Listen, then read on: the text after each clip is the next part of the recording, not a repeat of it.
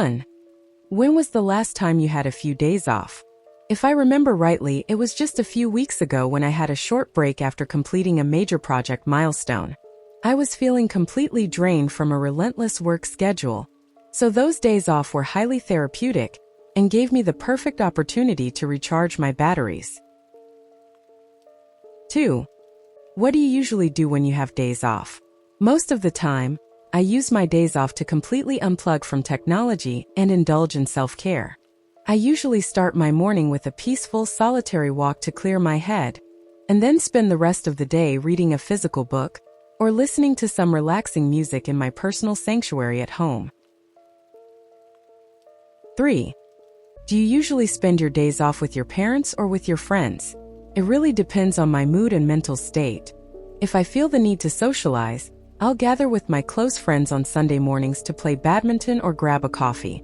However, if my health has deteriorated slightly due to stress, I prefer staying home to enjoy a quiet, home-cooked meal with my family. 4. What would you like to do if you had a day off tomorrow? If I unexpectedly had tomorrow off, I would instantly plan a short getaway to escape the hustle and bustle of the city. I'd love to travel to a nearby coastal area or a quiet countryside town to breathe some crisp air and explore a few hidden gems that I haven't had the chance to visit yet. 5. Do you think people have enough days off nowadays? In my opinion, most people in modern society are trapped in a hyper-competitive environment, meaning they don't get nearly enough rest. With digital devices keeping everyone connected to their jobs 24/7, even on weekends, many city dwellers suffer from chronic burnout because they rarely get to experience a true escape from reality. 6.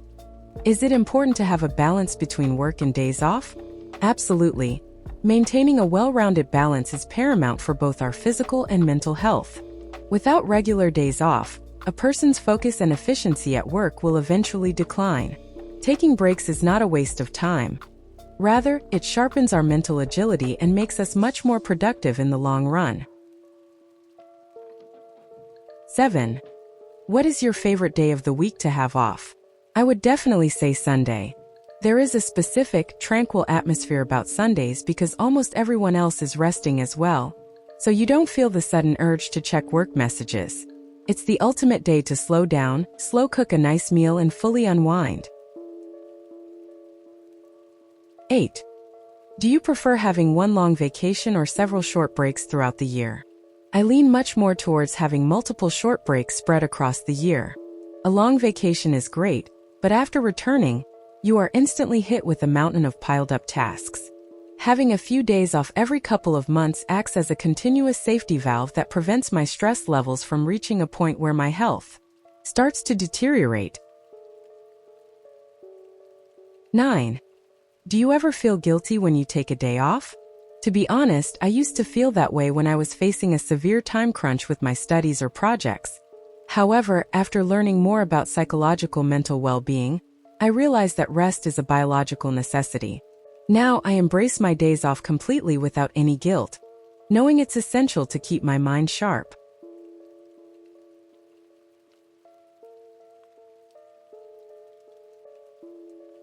Describe a special cake you received from others. You should say when it happened, where it happened, who you got the cake from, and explain why it's a special cake. To be perfectly honest, I've never been someone with a massive sweet tooth, so I rarely buy pastries or cakes for myself. However, I'd like to share a story about an incredibly meaningful cake that I received from my family on my last birthday, which turned out to be one of the most memorable gifts I've ever had. It happened a few months ago when I was completely overwhelmed by a relentless work schedule. I was managing a major marketing project and dealing with a severe time crunch, so I completely forgot that my birthday was just around the corner. On the evening of my birthday, I dragged myself home, feeling thoroughly drained and expecting nothing more than a solitary dinner before going straight to bed. To my absolute surprise, the moment I opened the door, the lights were dimmed, and my parents stepped out holding a beautifully lit birthday cake. It wasn't a standard, store-bought mass-production cake. Instead, They had meticulously commissioned a local artisan baker to custom-make a cake shaped like a miniature digital camera and a notebook, with tiny edible props that perfectly represented my daily life as a content creator and researcher. What made this cake so extraordinarily special wasn't just its unique aesthetic appeal or its delicious matcha flavor. It was the profound thought and care behind it. At a time when my stress levels were peaking and I felt like my mental well-being was beginning to deteriorate, that cake served as a powerful reminder of my family's unconditional support. It was a deeply therapeutic moment that instantly wiped away my exhaustion, helping me recharge my batteries and realize that no matter how chaotic the concrete jungle gets, I always have a warm sanctuary to return to. Vocabulary: have a massive sweet tooth, around the corner, dragged myself home, meticulously commissioned, artisan baker, edible props, profound thought and care, aesthetic appeal, deteriorate.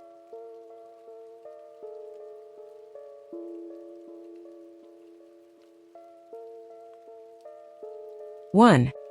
In your country, do people nowadays cook at home as frequently as people did in the past? Not necessarily. Due to the fast-paced lifestyle of modern society, there has been a noticeable decline in home cooking, especially among young city dwellers. In the past, preparing a meal was a conventional daily ritual that involved the entire family. Nowadays, however, with the convenience of food delivery applications and the proliferation of ready-to-eat meals, many busy professionals prefer to order food to save time and maintain their working efficiency time to draft a meticulous and accurate reply rather than rushing into it. 2. What do you think of people using their mobile phones during a meal? In my humble opinion, I find this habit to be quite detrimental to social connection. Bazaars and dining tables are meant to be a conversational sanctuary where people can fully engage with one another. When someone remains glued to their smartphone screen during a meal, it sends a silent message that they are preoccupied and uninterested in the present company.